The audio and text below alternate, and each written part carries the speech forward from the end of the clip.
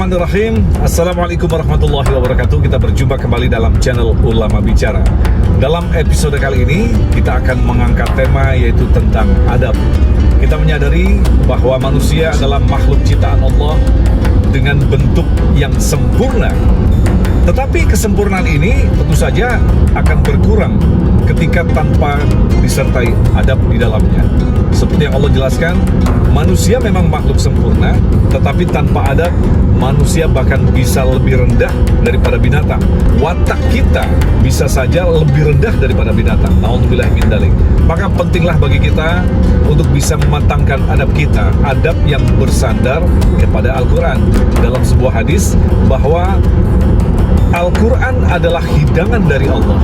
Hidangan adalah sesuatu yang harus kita konsumsi, kita makan. Dengan makanan ini maka tubuh kita menjadi sehat. Demikian juga dengan Al-Quran. Ketika kita mengkonsumsi Al-Quran, maka tubuh kita menjadi sehat secara spiritual, secara intelektual, dan menjadi pribadi yang holistik, cerdas secara intelektual dan cerdas secara spiritual. Tapi yang jelas, untuk menjadikan atau mencetak manusia-manusia yang beradab bukanlah pekerjaan yang mudah.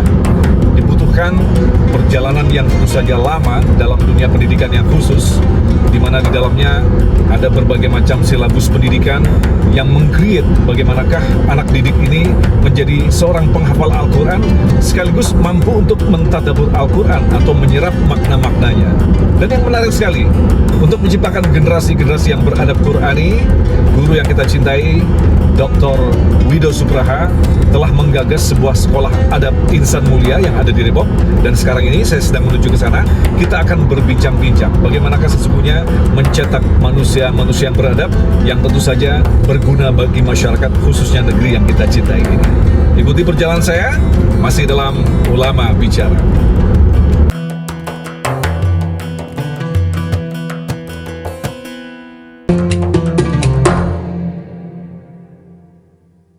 Alhamdulillahirrabbilalamin, kita sudah berada di Sekolah Adab Insan Mulia Depok bersama guru yang kita cintai, Ustadz Dr. Wido Supraha. Assalamualaikum Kiai. Waalaikumsalam warahmatullahi wabarakatuh. Terima kasih Kiai telah meluangkan waktu untuk kita berbincang-bincang dengan... Terima kasih sudah hadir kepada sekolah kami. Luar biasa Kiai. Masya Allah. Kiai telah menyiapkan waktu untuk berbincang-bincang dengan tema yang sangat menarik sekali, berkaitan dengan adab. Nah, ini sebelum kita masuk pada reason, alasan mengapa negeri ini membutuhkan sekolah adab, salah satunya yang sedang digagas oleh guru yang kita cintai, insya Allah akan mendapatkan hasil yang maksimal, lahirnya manusia-manusia pemimpin-pemimpin yang beradab. Sebelum kita masuk lebih dalam lagi tentang sejarah perjalanan daripada sekolah adab yang sekarang sudah memasuki di tahun yang ketiga, sedikit dijelaskan tentang apa makna daripada adab itu sendiri, apa ada kaitannya dengan masalah akhlak atau apa itu Kiai? Iya, jadi adab ini adalah satu istilah yang sebelum Nabi SAW diangkat menjadi Nabi telah digunakan oleh orang-orang Arab dengan bermakna jamuan makan sebenarnya. Jamuan makan? Terminologi bahasanya jamuan begitu? Jamuan. Oke. Makanya ketika Nabi SAW hadir, Nabi SAW mengatakan Al-Quran ma'dubatullah. Al-Quran itu adalah hidangan adab dari Allah. Hidangan adab dari Allah. Jamuan adab dari Allah. Artinya ketika kita membaca Al-Quran, ternyata Allah menjamu kita tentang bagaimana menjadikan pribadi ini sebagai pribadi yang beradab. Karena itu, sejak saat itulah adab itu kemudian dikembangkan oleh Nabi SAW sebagai satu wujud pendidikan. Atau kita sering kenal dengan ta'dib. Ta'dib, ya. Sehingga pendidiknya disebut mu'addib atau mu'addibah. Nah, Syed Muhammad Naqib Al-Atas mengatakan, banyak orang mengatakan bahwa pendidikan itu disebut dengan tarbiyah. Pendidikan disebut murabbi dan murabbiyah, atau dia ta'lim, mu'allim dan mu'allimah, tadris, mudaris dan mudarrisah.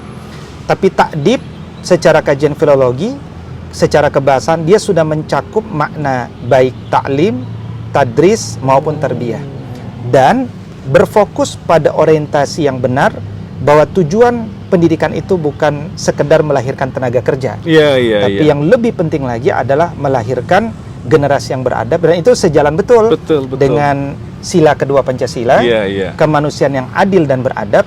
Dan sila kedua itu tidak bisa kita hadirkan tanpa sila yang pertama sebagai kausa prima, yaitu ketuhanan yang Maha Esa. Tadi menarik sekali, Kiai mengatakan bahwa Allah memberi hidangan berupa Al-Quran. Artinya Allah akan memberikan petunjuk, inilah hidangan yang nanti menjadi jalan hidup kalian, begitu. Jadi artinya adab yang Qurani, begitu maksudnya, Kiai? Sama seperti ketika Nabi SAW dikatakan, kana khuluquhu Al-Quran. Adalah akhlak Nabi itu Al-Quran. Iya. Karena ketika setiap manusia membaca Al-Quran, akan terjadi dorongan untuk olah fikir, olah rasa, dan olahraga yang nanti berdampak pada akalnya menjadi bertambah cerdas nalaristik, jiwanya bertambah bersih, dan jasadnya bertambah kuat, dan itu semua berorientasi untuk melahirkan amal soleh yang diridhai oleh Allah SWT. Makanya sebagaimana Imam Al-Ghazali dan para ulama lainnya menerjemah tentang makna adab yang bukan sekedar sesederhana moral, etika, budi pekerti, dan karakter.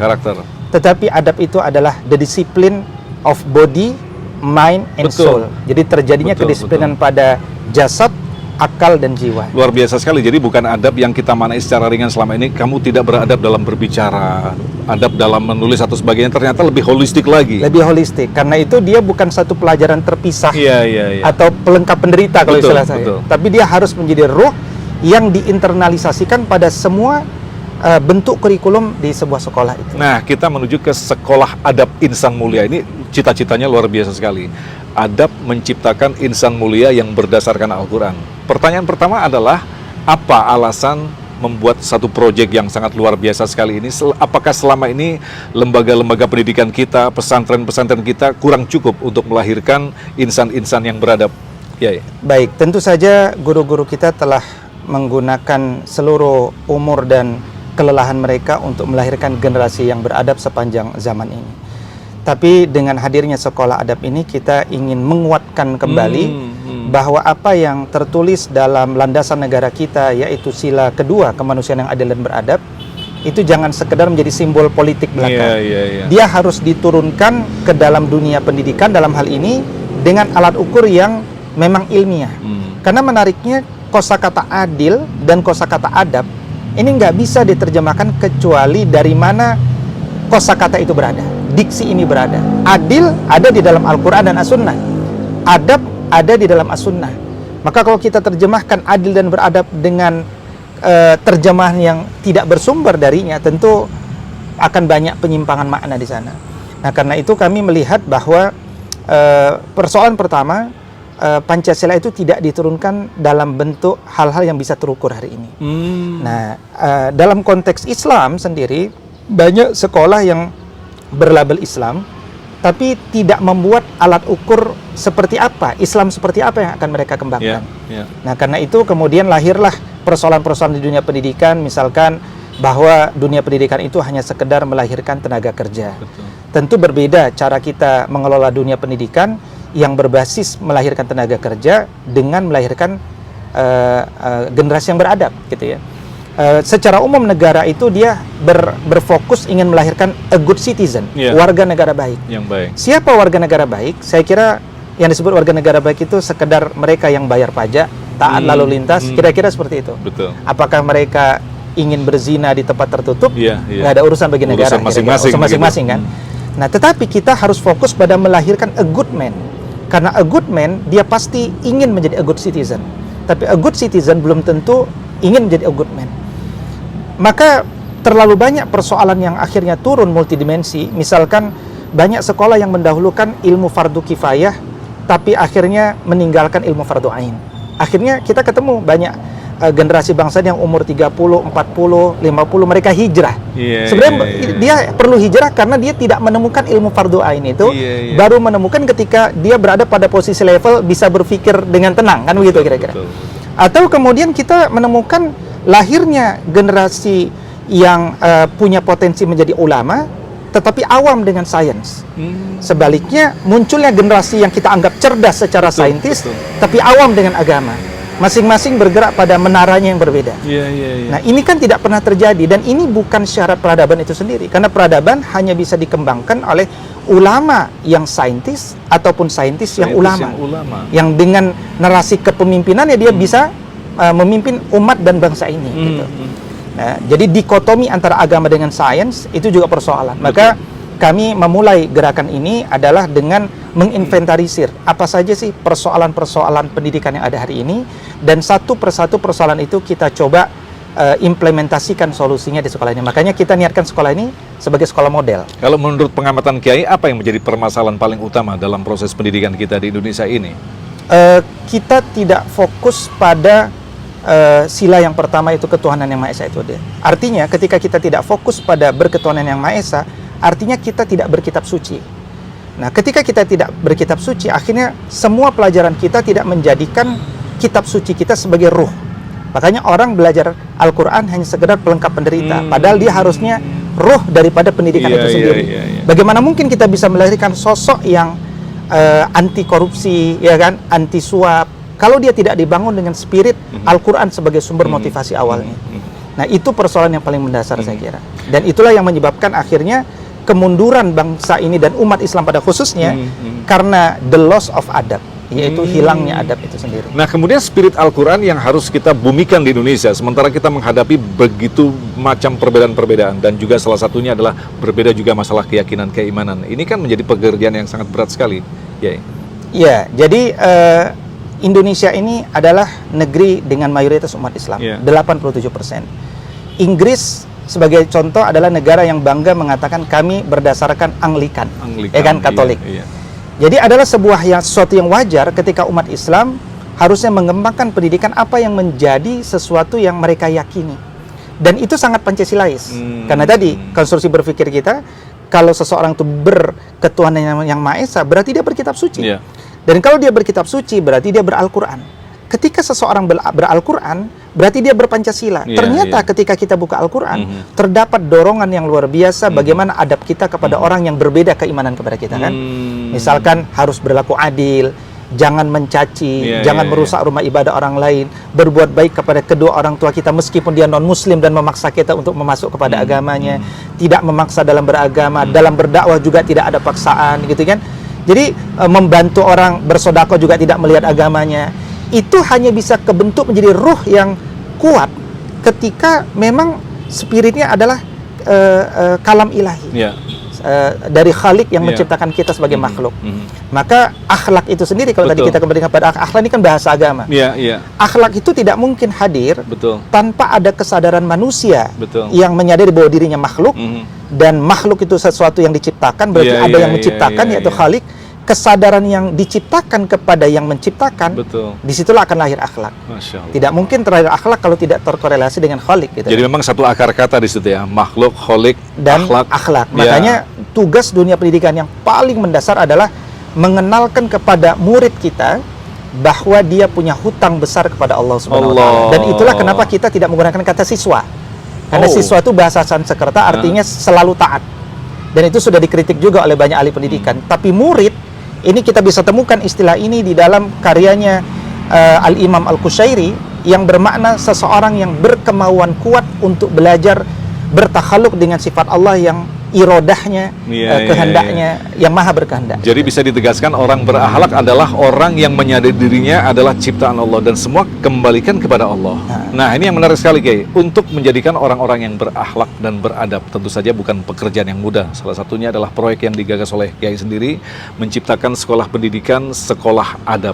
Tentu saja memiliki silabus-silabus yang khusus tentunya. Karena tujuannya tadi luar biasa, menciptakan manusia yang beradab secara holistik, berpikir Al-Quranik, tetapi juga sebagai seorang saintis, sebagai seorang ulama di situ bisa dibedah nih model daripada silabusnya seperti apa? Iya, yang pertama saya kira kita sepakat bahwa ketika kita mendirikan sekolah, kita harus punya visi yang benar dahulu.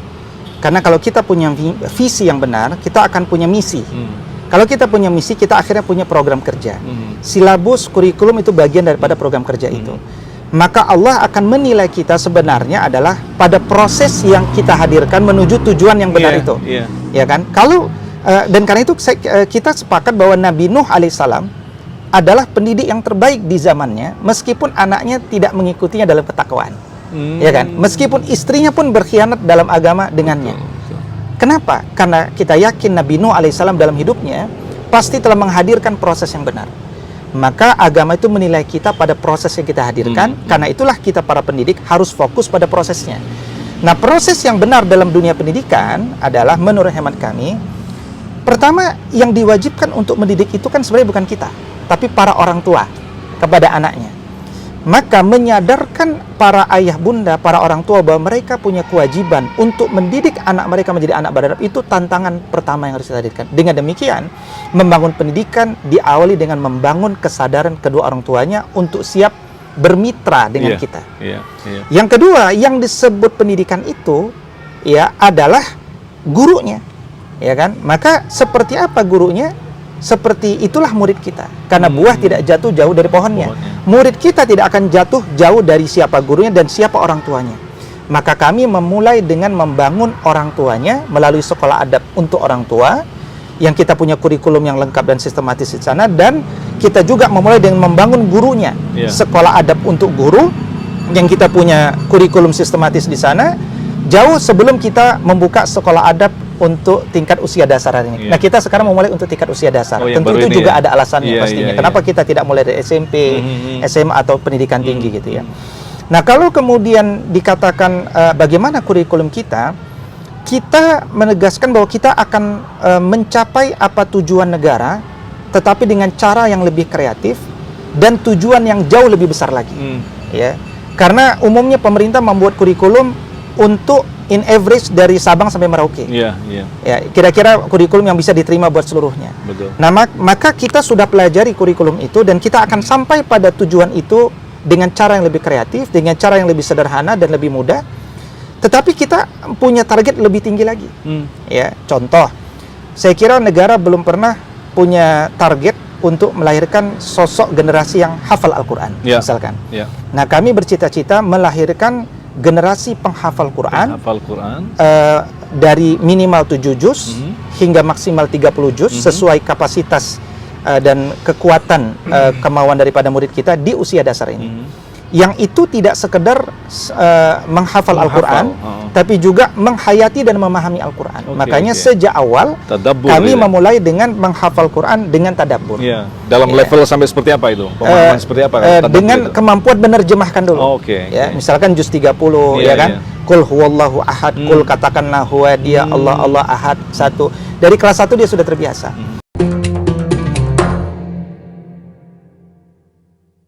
Karena tadi di atas sudah mulai panas ya Kiai ya, sudah berkeringat kita. Alhamdulillah sehat ya.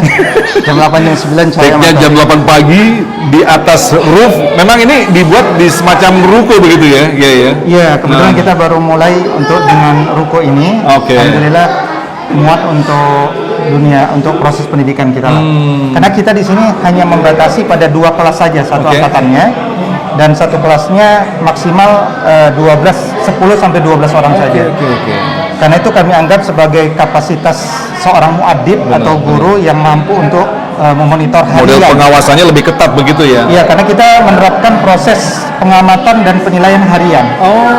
Sehingga setiap ada problem pada hari itu diselesaikan bersama pada hari itu juga, bermusyawarah dengan orang tuanya. Nah yang menjadi masalah, bukan masalah sih, artinya menjadi tugas berat bagi kita adalah ketika anak-anak kembali ke rumah, di mana dia harus menghadapi orang tua yang, mohon maaf, mungkin selama ini secara ilmu agama kurang lengkap begitu. Jadi semestinya ketika di rumah orang tua pun juga melakukan pengisian, penulisan, dan kita membuat bahan ajar yang menjadi bahan pelajaran bersama. Jadi satu buku itu dipakai oleh guru, oleh orang tua dan oleh murid. Orang tua pun bisa membaca apa yang disampaikan, mempelajari. Dan menarik sekali karena orang tua menjadi bersemangat untuk belajar, karena mereka dimudahkan juga dengan bahan ajar itu. Gitu. Nah kalau kita kan kita perhatikan ini kayak di dunia modern ini kan kebanyakan orang tua bekerja, akhirnya untuk urusan adab dan lain sebagainya diserahkan kepada sekolah. Ini merupakan kritik bagi kita, semestinya jangan pernah melakukan itu. Jadi bukan totalnya menyerahkan kepada lembaga pendidikan begitu. Karena Allah Subhanahu Wa Taala dalam seluruh perintahnya terkait mendidik anak itu sejatinya adalah kepada orang tua, bukan kepada kita. Dan yang paling penting, yang paling inti itu di dalam Quran surat 66 ayat 6 At-Tahrim, ketika Allah mengatakan ya ayyuhalladzina amanu qu anfusakum wa ahlikum nara, wahai orang-orang beriman, jagalah diri kalian dan jagalah keluarga kalian. Itu kan Sayyidina Ali karamallahu wajhah menafsirkan adibuhum wa allimuhum. Wahai para ayah, tegakkanlah, tanamkanlah adab kepada istrimu dan anak-anakmu, baru engkau tanamkan ilmu kepada mereka. Maka dulu Sayyidina Umar sudah mengatakan ta'addabu summa ta'allamu. Makanya Syekh Abdullah Ibn Al-Mubarak, seorang ulama khalaf di masa lalu, beliau mengatakan bahwa ta'allamtu adab salasuna sana wa ta'allamtu ilm 20. Kami dulu belajar adab 30 tahun, belajar ilmu 20 tahun.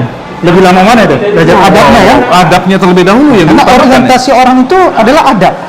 Ya. Dulu Imam Malik ketika mau belajar sama Rabi'ah, ibunya ya seorang yang sudah mengerti adab ini menjelaskan kepada kepada anaknya, wahai Malik, ambillah adab Rabi'ah sebelum engkau belajar ilmu darinya.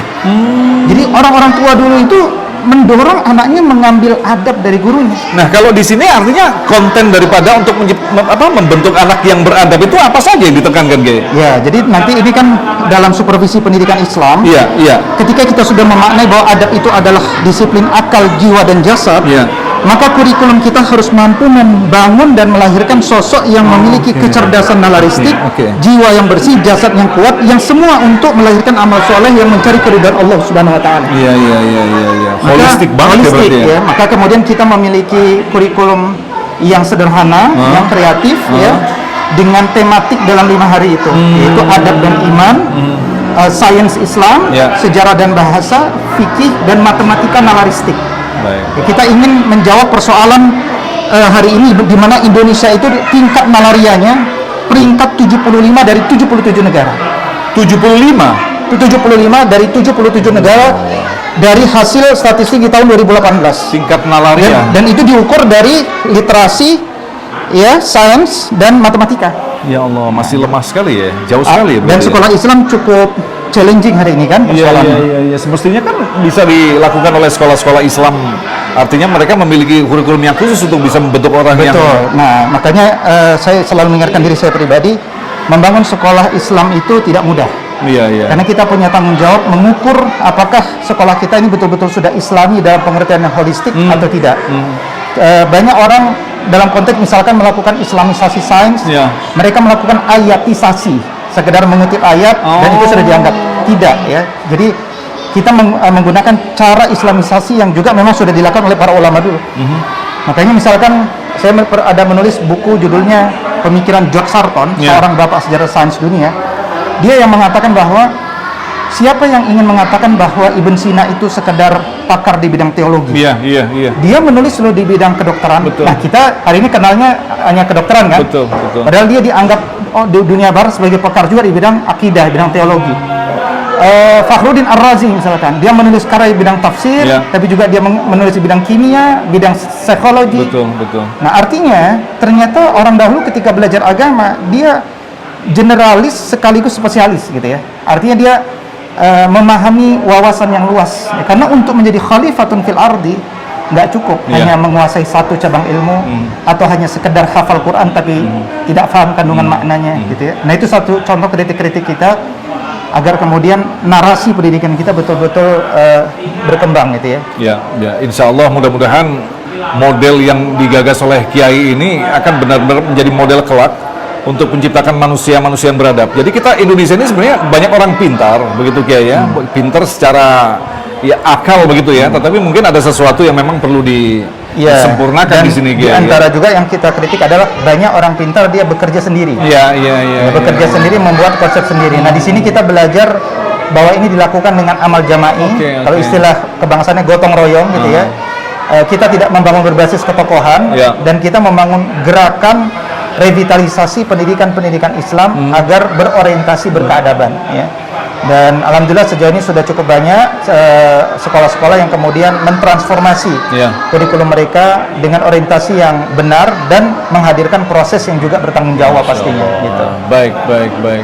Terima kasih Kiai, luar biasa sekali. Kiai sudah meluangkan waktu di tengah kesibukannya dan hari ini juga harus berangkat ke Majalengka untuk juga banyak murid-murid di sana menambahkan model-model juga seperti ini. Perguruan Darul Ulum karena sebagai perguruan yang dilahirkan oleh Kiai Haji Abdul Halim tahun 1911. Jadi kita revitalisasi dalam waktu 2 tahun ini, insya Allah juga akan menjadi sekolah unggulan ke depannya. Gitu.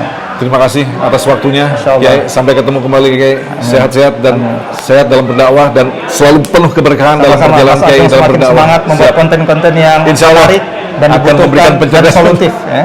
Terima kasih Kiai. Assalamualaikum warahmatullahi wabarakatuh. Warahmatullahi wabarakatuh. Tetaplah bersama kami dalam Ulama Bicara.